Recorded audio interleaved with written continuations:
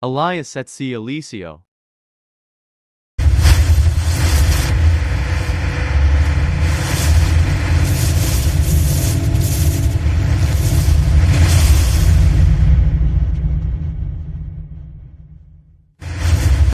At nangyari, nang isasampa ng Panginoon si Elias sa langit sa pamamagitan ng isang ipoipo, na si Elias ay yumaong kasama ni Eliseo mula sa Gilgal. At sinabi ni Elias kay Eliseo, isinasamo ko sa iyo na maghintay ka rito, sapagkat sinugo ako ng Panginoon hanggang sa Bethel. At sinabi ni Eliseo, buhay ang Panginoon, at buhay ang iyong kaluluwa, hindi kita iiwan. Sa gayo'y bumaba sila sa Bethel. At nilabas ng mga anak ng mga propeta na nasa Bethel si Eliseo, at nagsipagsabi sa kanya, talastas mo ba na ihihiwalay ng Panginoon ang iyong Panginoon sa iyong ulo ngayon? At kanyang sinabi, oo, talastas ko, pumayapa kayo. At sinabi ni Elias sa kanya, Eliseo, isinasamo ko sa iyo na maghintay ka rito. Sapagkat sinugo ako ng Panginoon sa Jericho. At kanyang sinabi, buhay ang Panginoon, at buhay ang iyong kaluluwa, hindi kita iiwan. Sa gayo'y nagsiparon sila sa Jericho.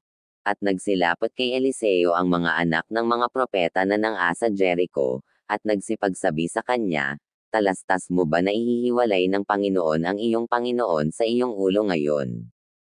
At siya'y sumagot, oo, talastas ko, pumayapa kayo. At sinabi ni Elias sa kanya, isinasamo ko sa iyo na maghintay ka rito. Sapagkat sinugo ako ng Panginoon sa Jordan. At kanyang sinabi, buhay ang Panginoon, at buhay ang iyong kaluluwa, hindi kita iiwan. At silang dalawa ay nagsiyaon. At linampo sa mga anak ng mga propeta ay nagsiyaon, at nagsitayo sa tapat nila sa malayo. At silang dalawa ay nagsitayo sa tabi ng Jordan. At kinuha ni Elias ang kanyang balabal, at tiniklap, at hinampas ang tubig, at nahawi dito at doon, na pat silang dalaway nagsidaan sa tuyong lupa. At nangyari, nang sila'y makatawid, na sinabi ni Elias kay Eliseo, hingin mo kung ano ang gagawin ko sa iyo, bago ako ihiwalay sa iyo. At sinabi ni Eliseo, isinasamo ko sa iyo, na ang ibayong bahagi ng iyong diwa ay sumaakin. At sinabi niya, ikaw ay humingi ng mabigat na bagay, gayon may kung makita mo ako pagka ako'y inihiwalay sa iyo, magiging gayon sa iyo.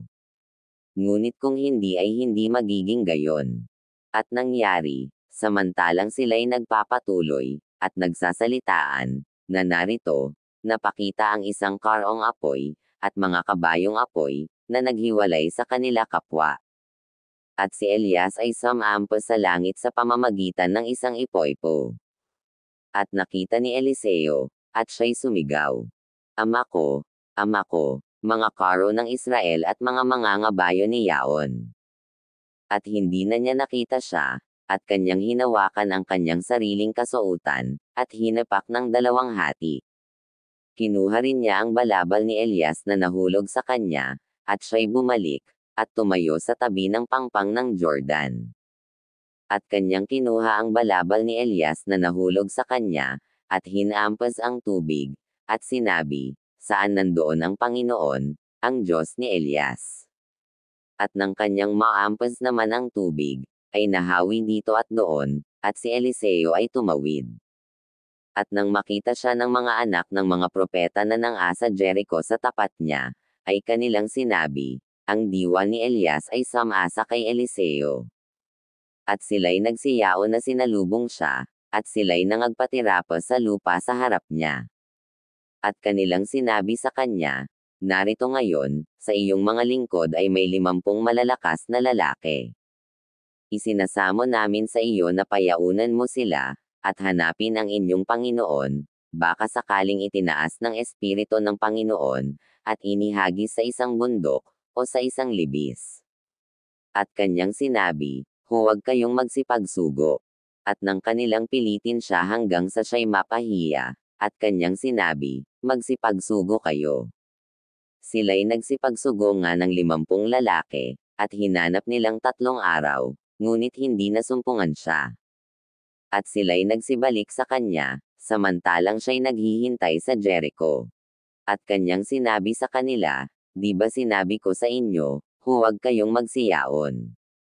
At sinabi ng mga lalaki sa bayan kay Eliseo, "Tingnan mo, isinasamo namin sa iyo, na ang kalagayan ng bayang ito ay maligaya, gaya ng nakikita ng aking Panginoon, ngunit ang tubig ay masama, at ang lupa ay nagpapalagas ng bunga." At kanyang sinabi, "Dalhan ninyo ako ng isang bagong banga, at sidlan ninyo ng asin." At kanilang dinala sa kanya. At siya'y naparoon sa bukal ng tubig, at hinagisan niya ng asin, at nagsabi, "Ganito ang sabi ng Panginoon, aking pinabuti ang tubig na ito. Hindi na magkakaroon mula rito ng kamatayan pa o pagkalagas ng bunga. Sa gayo'y bumuti ang tubig hanggang sa araw na ito, ayon sa salita ni Eliseo na kanyang sinalita." At siya'y umahan sa Bethel mula roon, at samantalang siya'y umaahon sa daan, may nagsilabas sa bayan ng mga bata, at tinuya siya, at sinabi nila sa kanya, "Umahan ka, ikaw na kalbo ang ulo. Umahan ka, ikaw na kalbo ang ulo." At siya'y lumingon sa likuran niya, at nang akita niya, at sinumpa niya sila sa pangalan ng Panginoon. At do'y lumabas ang 2 osong babae sa gubat, at lamapan ng 42 bata sa kanila. At siya'y naparoon sa bundok ng Carmelo mula roon, at mula ro'y bumalik siya sa Samaria. Ikalawang Mga Hari Kapitulo 2 versikulo 1 hanggang 25.